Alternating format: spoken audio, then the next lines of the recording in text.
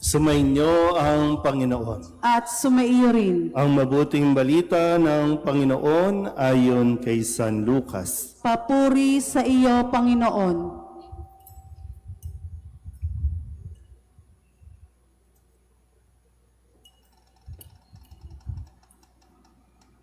Noong panahong iyon, nagmamadali ang mga pastol na lumakad patungong Bethlehem. At nakita nila sina Maria at Jose at ang sanggol na nakahiga sa sabsaban. Kaya't isinaysay nila ang mga sinabi ng anghel tungkol sa sanggol na ito. At nagtaka ang lahat ng nakarinig sa sinabi ng mga pastol. Natanim sa isip ni Maria ang mga bagay na ito at kanyang pinagbulay-bulay. Umalis ang mga pastol na nagpupuri sa Diyos at nagpapahayag ng kanyang kadakilaan dahil sa lahat ng narinig nila at nakita na ayon sa ibinalita sa kanila ng anghel. Pagdating ng 8 araw ay tinuli ang bata at pinangalanang Jesus, ang pangalang ibinigay ng anghel bago pa siya ipinaglihi. Ang mabuting balita ng Panginoon. Pinupuri ka namin, Panginoong Hesukristo. Isang magandang gabi po sa inyong lahat. At muli, isang maligayang Pasko at manigong bagong taon sa atin pong lahat.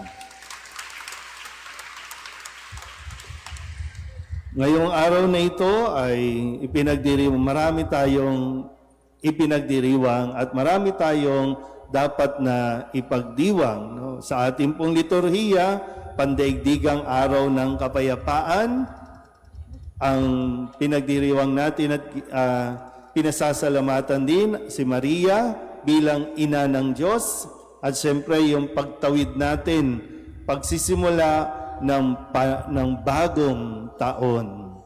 Sabihin niyo nga sa katabi ninyo, bagong taon na. Pero ano bang dapat nating baguhin pagpasok ng bagong taon? Kasi hindi naman pwedeng bago lang yung damit, hindi lang pwedeng bago lang yung mukha. Kasi ang pinakamahalaga, pag-uugali ang nababago o binabago natin. Dapat nag-i-improve tayo sa ating pong pag-uugali. Pero bago nga tayo magpatuloy sa taong 2026, maganda na sa tulong ni Maria ay balikan natin ang nangyari sa 2025. Kasi nga, ang gulo-gulo ng mga nangyari sa paligid natin. Walang tigil na away dito, away doon. Kasi baka pagtawid natin sa 2026, dadalhin lang natin yung mga away-away natin, ipagpapatuloy lang. Hindi pa pwedeng tapusin na ngayong 2025 para magsisimula na tayo ulit sa 2026. Kaya ang maganda po dito sa pagdiriwang natin sa tulong ni Maria. Ano bang halimbawa na dapat nating matutunan? Kasi unang-una, ang paanyaya sa atin, katulad ng mga pastol, kung gusto mo na talagang makaranas ng kakaiba, gusto mong maranasan ang pagmamahal ng Diyos, pumunta ka sa Belen. Gaya ng mga pastol, naparoon sila sa sabsaban, nakita nila si Maria, si Jose, at ang batang sanggol. At pagkatapos noon, nagpuri sila. Baka naman kasi pumupunta lang tayo sa Belen para magpa-picture. Kaya nga sabi dito na sana po, mapagnilayan natin mabuti.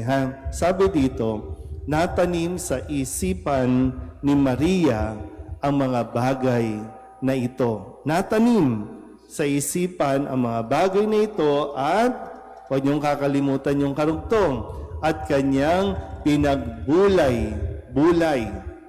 Hindi lang basta natanim, kundi pinagbulay-bulay, pinagnilayan, pinag-isipan na mabuti, hindi lang basta isinaksak sa kanyang isipan, kundi pinag-aralan, pinagnilayan ni Maria kung ano ang mga bagay na nangyari at ang kanyang narinig mismo sa mga pastol na sinabi sa kanila ng mga anghel. Kaya sa pagtawid natin sa 2026, babalikan mo muna ng kaunti. Ano ba nangyari sa iyo ng 2025? Baka naman patapos na yung 2025, nasa year 2000 ka pa. Di ka pa nakakaalis. Dahil ang kadalasan nating ginagawa ay nananatili tayo doon sa mga nangyari sa iyo, lalong-lalo na yung mga hindi magagandang nangyari. Ang hilig natin magstay, ang hilig natin magtagal, nang wala tayong pinag-iisipan o pinagninilayan. Lahat na nangyari, lalo na sa 2025, bahagi na yan ng kasaysayan mo. Kwento na lang yan. Pero yun nga po, pag-isipan mo, ano ang mga dapat mong matutunan nitong 2025 para naman pagpasok ng 2026, may bago ka ng attitude, may bago ka ng mindset. Minsan pag sinasabi po ninyo na sasabihin ng iba, wala naman pong nagmahal sa akin. Hindi po ako mahal ng aking pamilya. Ng 2025, yan ba yung naranasan mo? At ng mga nakalipas pa, wala pong nagmamahal sa akin. Hindi ba pwedeng pagpasok ng 2026, kung walang nagmamahal sa iyo, di ikaw na lang ang magmahal? Kung walang nagbibigay sa iyo ng pagmamahal, di ikaw na lang ang magbigay. Diba? Mindset. Kasi magsisimulaan na naman tayo, pero parang wala pa tayong nasisimulang paghahakbang. O ano ang gagawin natin? Kasi mamaya, kung ano-ano na naman ang gagawin ninyo na mga, mga pamahiin o kung ano man, na matagal nyo nang ginagawa yan. Para swertehin, kailangan kompleto ang 12 prutas sa bilog.